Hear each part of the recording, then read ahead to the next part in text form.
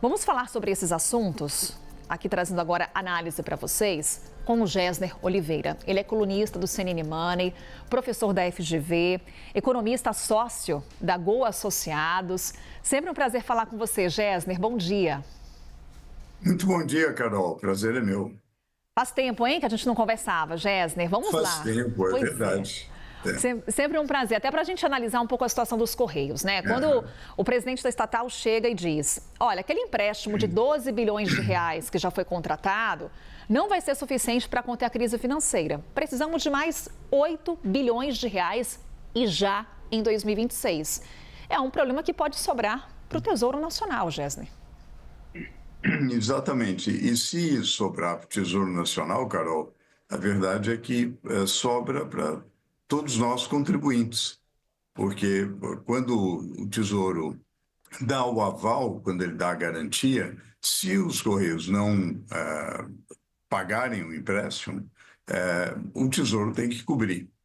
E como você assinalou, a situação das contas públicas é uma situação preocupante. Já há uma perspectiva de déficit para 26, há uma situação bastante frágil do ponto de vista fiscal em 2025, portanto, essa situação dos Correios constitui um problema. Eu achei, Carol, que a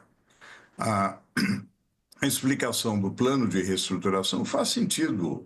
As medidas anunciadas são razoáveis e esperáveis para uma empresa em dificuldades. O problema é que não há razão para despender tanto esforço de recuperação dos Correios, porque esse mercado já está sendo servido pelo setor privado.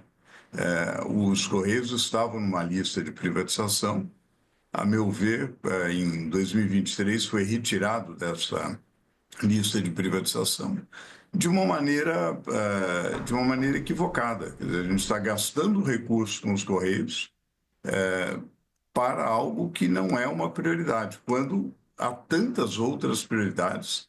Há um desequilíbrio das contas públicas, prioridades na área de segurança, saúde, educação, e há um enorme esforço com uma empresa cujo desempenho já não é mais o que foi no passado e que poderia ser privatizada.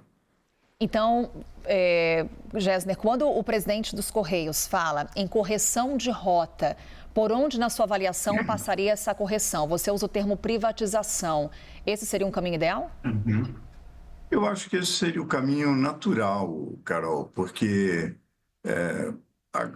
na verdade, os Correios estão com uma folha de salário excessiva, estão com um conjunto de imóveis também numa situação que é exagerada. Ele precisa otimizar esse conjunto de imóveis, precisa cortar despesas de várias maneiras. Agora, tudo isso faria sentido, quer dizer, faria sentido esse grande esforço e tomar empréstimo e dar aval do Tesouro, etc., para resolver o problema. A questão é que os Correios continuam com uma dificuldade muito grande de concorrer com as plataformas privadas no mercado de entregas.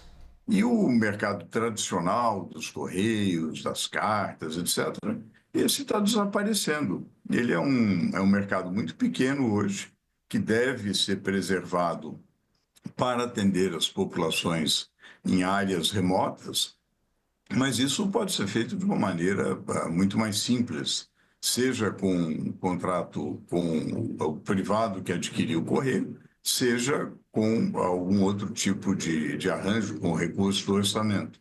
Não precisa todo um esforço para manter uma empresa que não tem muita perspectiva. E aí eu trago um outro ponto. A gente está falando aqui das contas dos Correios, Gessner, mas em que medida o desafio de salvar os Correios também é um desafio político? Infelizmente, a única explicação para o salvamento dos Correios, que tem custado tanto, eu diria que os Correios já deveriam ter sido privatizados há 30 anos atrás. E a insistência em manter em manter a empresa, insistência em gastar recurso com algo que não tem grande perspectiva, decorre do objetivo de manter uma área de influência, de manter cargos para nomeação política. E o pior, Carol, é que isso vai piorando a situação da empresa, né? Porque na medida em que você tem essa interferência política, muitas vezes tem nomeações que não guardam nenhuma relação com competência profissional, com capacidade de realmente gerir bem a empresa. E aí, consequentemente, a empresa é mal administrada e o rombo fica maior ainda. É claro que a gente não pode generalizar, vários funcionários dos Correios são muito competentes e abnegados, etc. Mas a verdade é que, no conjunto, isso é um custo para o país e mais um ralo para recursos públicos tão escassos e preciosos. Então, vamos falar sobre recursos públicos, Gessner, aqui para a gente encerrar nossa conversa. Quando a gente olha para as contas públicas, situação dos Correios, algo que você, inclusive, já trouxe aqui, passando por análise. Na segunda-feira, o secretário do Tesouro afirmou que o governo deve terminar 2025 com um déficit de 20 bilhões de reais, cumprindo a meta fiscal. A questão, Gessner, é que, mais uma vez, foram retirados bilhões de créditos extraordinários da conta. Como é que dá para equilibrar tudo isso? Olha, Carol, a meta deverá ser cumprida. Eu acredito que os números do secretário estão corretos, porém, de uma maneira, uma meta meio café com leite, né? Por quê?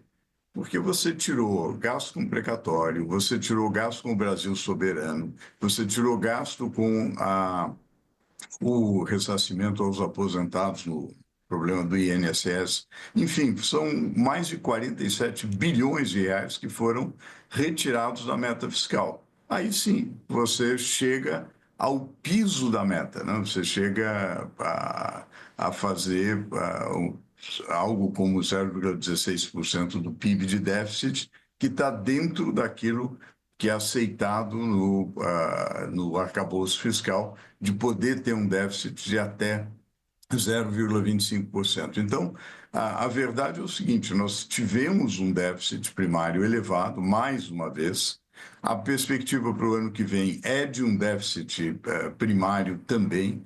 A instituição fiscal independente aponta para uma necessidade de um grande esforço fiscal para minimamente você manter a meta para o ano que vem. Então, realmente é uma preocupação grande. Quer dizer, o Brasil precisa reformas profundas para evitar esses déficits sucessivos que acarretam no aumento do endividamento. Reforma na Previdência, uma reforma administrativa, uma desindexação de gastos previdenciários do salário mínimo, uma política consistente para o salário mínimo. Tudo isso é necessário para enfrentar uma situação que, se não for enfrentada, Carol, o próximo governo vai receber uma bomba fiscal, porque nós temos vários sucessivos déficits, um endividamento crescente, e isso, naturalmente, não é sustentável. Gessner Oliveira trazendo para a gente análise sobre os destaques da economia aqui com a gente no Novo Dia. Ele é colunista do CNN Money, professor da FGV, economista sócio da Gol Associados. Mais uma vez, Gessner, muito obrigada. Até uma próxima. Até uma próxima. Um grande prazer, Carol.